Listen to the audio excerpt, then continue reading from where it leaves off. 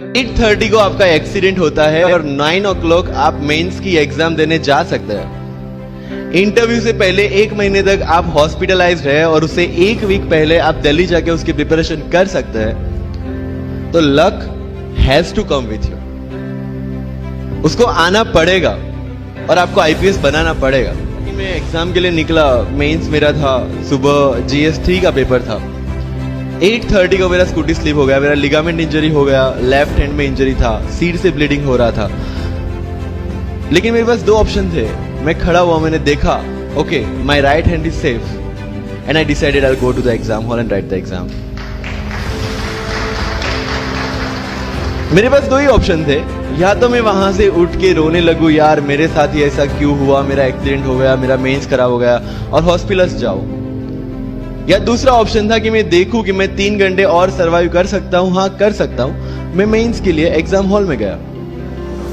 ये जितने भी फोटोग्राफ्स लगे हैं, सर ने जैसे बताया कि जितने भी इंसान सक्सेसफुल हुए, अगर आप उसकी लाइफ स्टोरी देखेंगे तो कहीं ना कहीं एक मोमेंट आता है जहां पे वो इंसान की जो स्ट्रगल है वो पीक पे हो जाते हैं।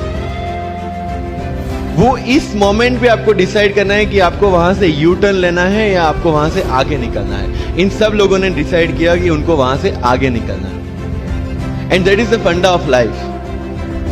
सक्सेस उन्हीं को मिलता है जो इस स्ट्रगल वाले मोमेंट से आगे निकलने की सोचता है। जब भी आपको लगे कि आपके सिर पे बहुत मुसीबत है, जब भी आपको लगे कि आप हर तरह से गिर चुके हैं, जब भी आपको लगे कि आपके पास कोई ऑप्शन नहीं है, तब एक चीज आप अपने दिमाग में लाइएगा कि यही मोमेंट है जहां से आपकी तकदीर बदलने वाली है। क्योंकि डायमंड जो होता है वो जितना ज्यादा घिसता है उतनी ज्यादा उसकी वैल्यू होती है। सोना जो होता है वो जितना ज्यादा तपता है उतनी उसकी वैल्यू होती है। अगर आप जिंदगी में तप रहे हैं, अगर आप जिंदगी में घिस रहे हैं, अगर आपको लग रहा है कि आप हर तरह से मुसीबतों में गिरे हुए हैं, तभी आपकी जो वैल्यू है वो बढ़ने वाली है। और यही मेरा एटीट्यूड रहा है। लोग बोलते हैं कि तुम्हारी फाइनेंशियल कंडीशन ठीक नहीं थी, पापा इलेक्ट्रिशियन थे, मम्मी हाउसवाइफ थी, डायमंड के कारखाने में काम करती थी, उसके बाद उन्होंने मैरिज में रोटियां बनाने का काम किया और उस तरह से मैं पढ़ा। लेकिन जब मुझे पूछा जाता है कि ऐसी कौन सी चीज है आपकी लाइफ में जो आप बदलना चाहते हो, एंड आई सेड नथिंग। क्योंकि अगर वो चीजें नहीं होती मेरी लाइफ में तो शायद आज आपके सामने में नहीं होता।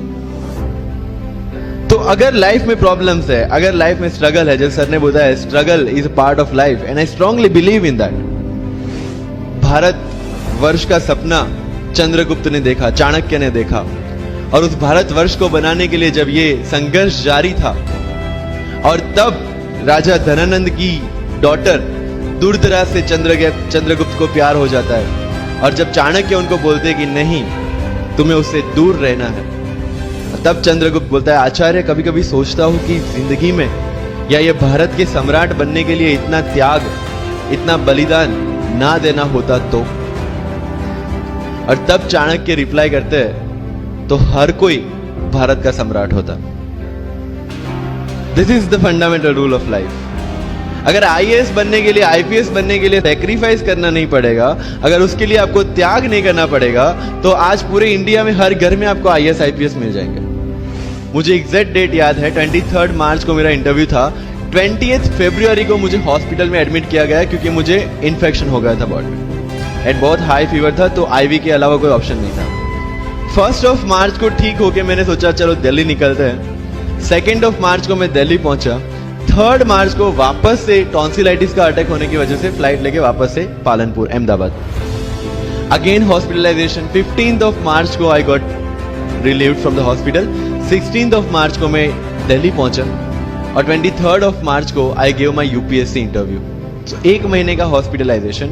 उसके बाद जब दिमाग में ये था कि मेरे साथ जो लोग इंटरव्यू दे रहे हैं वो 1 महीने से प्रिपरेशन कर रहे हैं एंड 1 महीने से मैं हॉस्पिटल में था, again I thought this is the moment to prove yourself. I went to the interview और पूरे इंडिया में 2nd highest marks in interview.